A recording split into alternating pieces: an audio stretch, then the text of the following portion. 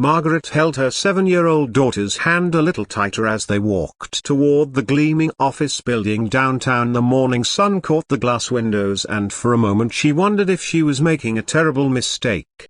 Sarah looked up at her mother with those bright, curious eyes that always seemed to see right through to the heart of things. "Mama, why are we here together today?" she asked in that sweet way children have of cutting straight to what matters most. Margaret knelt down to meet her daughter's gaze, smoothing a strand of honey-colored hair behind Sarah's ear. "Well, sweetheart, Mama has a very important meeting today and Mrs. Henderson got sick so she couldn't watch you." She paused, choosing her words carefully the way mothers do when they need to be honest but gentle. "I'm hoping the nice people here will understand." They had been on their own for 3 years now. Ever since David's accident, Margaret had learned to be both mother and father, to carry the weight of their small world on shoulders that sometimes felt too narrow for the load. The job at Peterson Marketing would change everything for them: a real salary with benefits, a chance to finally breathe. The lobby was all marble and hushed voices. Margaret felt suddenly aware of her best dress, the one she'd worn to David's funeral and kept for special occasions. It was navy blue and sensible, but she'd pressed it carefully that morning and chosen her grandmother's pearl earrings for courage.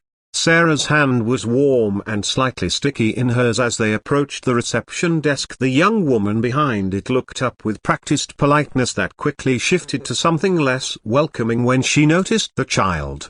"I'm Margaret Sullivan," she said, keeping her voice steady. "I have an appointment at 10:30 with Mr. Harrison about the marketing coordinator position."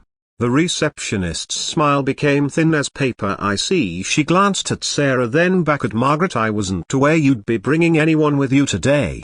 Margaret felt heat creep up her neck. "I'm so sorry, there was a last-minute childcare issue and I didn't want to miss this opportunity." She squeezed Sarah's hand gently. "She'll be very quiet, I promise."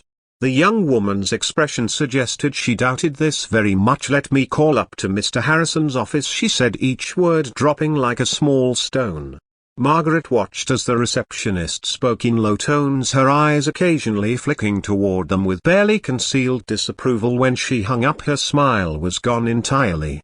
"I'm afraid Mr. Harrison feels it would be inappropriate to conduct the interview with a child present." The words hit Margaret like cold water. "Perhaps you could reschedule for when you have proper arrangements." Sarah looked up at her mother, sensing the shift in the air the way children always do. Margaret's heart began to sink. She had waited 3 weeks for this appointment, had studied the company until she could recite their mission statement in her sleep.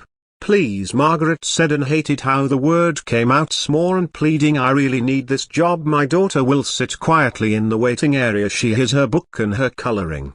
The receptionist shook her head. "I'm sorry, but it's company policy. We can't have children wandering around the office. It's a liability issue." Margaret felt the familiar weight of being a single mother in a world not designed for people like her. Every door seemed to require 2 parents or perfect circumstances. She had neither. She was gathering her purse, preparing to leave with what dignity she could manage, when the elevator doors opened with a soft chime. A man stepped out, tall and distinguished, with silver hair and kind eyes behind wire-rimmed glasses. He moved with the quiet confidence that comes from years of making decisions that matter. He paused near the reception desk, and Margaret noticed how the young woman's posture changed immediately, straightening like a flower turning toward the sun. "Good morning, Mr. Peterson," the receptionist said, her voice suddenly warm as honey. Margaret's breath caught. This was Richard Peterson himself, the founder and CEO of Peterson Marketing. She had read about him in business magazines, studied his interviews. A man who had built his company from nothing and was known for his unusual approach to business. Mr. Peterson's gaze took in the scene: the flustered receptionist, Margaret's obvious distress, Sarah standing quietly beside her mother clutching a worn paperback book. "Is there a problem here?" he asked gently. The receptionist launched into an explanation about inappropriate interview conditions and liability concerns. Her words tumbled over each other in their eagerness to justify the situation. Mr. Peterson listened without interrupting, his expression growing more thoughtful. Then he looked at Margaret, really looked at her in the way that made her feel seen rather than simply observed. "You must be here for the marketing coordinator position," he said. Margaret nodded, finding her voice. "Yes, sir, Margaret Sullivan. This is my daughter Sarah. I apologize for bringing her, but my babysitter fell ill and I didn't want to miss this opportunity." Mr. Peterson knelt down to Sarah's level the way Margaret had done earlier. "And what's that book you're reading, Sarah?" Sarah held up her book shyly. "It's about a girl who lives in a lighthouse," she said. "She helps ships find their way home in the storms." "That sounds like a very important job," Mr. Peterson said seriously, "looking out for others, keeping them safe." He stood and looked at the receptionist. "I think we can handle one well-behaved young lady in our offices for an hour, don't you think, Janet?" Janet's face flushed. "Of course, Mr. Peterson, whatever you think is best." Mr. Peterson turned back to Margaret. "Why don't you both come up? My assistant makes excellent hot chocolate and I believe we have some books in the children's area of our employee lounge." Margaret felt tears prick at her eyes. "So you don't need to." "Nonsense," Mr. Peterson said with a wave of his hand. "Some of the most important conversations happen when life doesn't go according to plan." They rode the elevator in comfortable silence. Sarah pressed against her mother's side, taking in everything with wide eyes. When the doors opened, they stepped into a world of warm wood and soft colors, nothing like the cold marble below. Mr. Peterson's assistant was a motherly woman named Helen who fussed over Sarah as if she were her own granddaughter. Within minutes Sarah was settled in a cozy corner with hot chocolate and a selection of books while Margaret was led to Mr. Peterson's office. "I have to admit," Mr. Peterson said as they settled into comfortable chairs rather than sitting formally across his desk, "your situation reminds me of my own mother." Margaret looked at him surprised. "She raised me alone after my father died when I was about Sarah's age," he continued. "I remember going with her to job interviews, sitting in waiting rooms while she fought for opportunities that other people took for granted." He leaned back, his eyes distant with memory. "She taught me that real strength isn't about having perfect circumstances, it's about showing up when everything is falling apart. It's about doing what needs to be done for the people you love." Margaret felt something loosen in her chest. "It's not easy," she said quietly. "No," Mr. Peterson agreed, "it's not, but that's exactly why it matters. You see, Margaret, I've interviewed hundreds of people for positions in this company. Most of them have perfect resumes and practiced answers. They know all the right things to say." He paused, looking out the window where the city stretched below them. "But I've learned that the best employees aren't the ones with the easiest lives. They're the ones who understand what it means to work for something bigger than themselves, the ones who know that showing up is half the battle."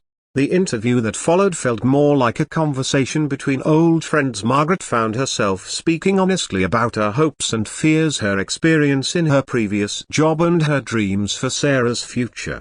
Mr. Peterson asked thoughtful questions, not about her gaps in employment or her childcare arrangements, but about her ideas for reaching customers and building relationships. He wanted to know what she thought about in the quiet moments, what problems kept her awake at night. When they finished, Margaret felt lighter than she had in months, not because she was certain she'd get the job, but because for the first time in a long time someone had seen her as more than just a struggling single mother. They collected Sarah, who had made friends with Helen and was reluctant to leave. "She's welcome here any time," Helen said warmly. "It's been too quiet around here lately." In the elevator going down, Mr. Peterson was quiet. Then he said, "Margaret, I want you to know that you'll hear from us by tomorrow, but I also want you to know something else." She looked at him expectantly. "Bringing Sarah today wasn't a mistake. It showed me exactly who you are, someone who doesn't give up when faced with obstacles, someone who finds solutions instead of making excuses." He smiled. "Those are exactly the qualities we need here." The next morning Margaret's phone rang early. She answered it with shaking hands. "Margaret, this is Richard Peterson. I'm calling to offer you the position of marketing coordinator with a starting salary that I hope will make things easier for you and Sarah."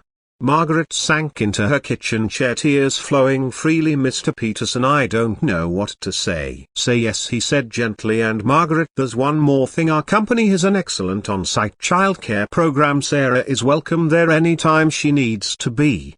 Later that day, as Margaret tucked Sarah into bed, her daughter looked up at her with those wise eyes. "Mama, was that man nice to us because we needed help?" Margaret considered the question carefully. I think he was nice to us because that's who he is, sweetheart. Sometimes when we're struggling, the kindness of others reminds us that we're not alone in this world. Sarah nodded as if this made perfect sense. Like the lighthouse girl, she said sleepily, helping people find their way home. Margaret kissed her daughter's forehead. Exactly like that, baby girl, exactly like that. As she turned off the light, Margaret realized that sometimes the storms we weather don't just test our strength, they lead us to exactly where we need to be, and sometimes if we're very lucky they lead us to people who understand that the most important qualifications can't be listed on a resume. They're written instead in the quiet courage of showing up when everything feels impossible, in the grace of extending kindness when it's needed most, and in the wisdom to know that we all need someone to help us find our way home through the storms.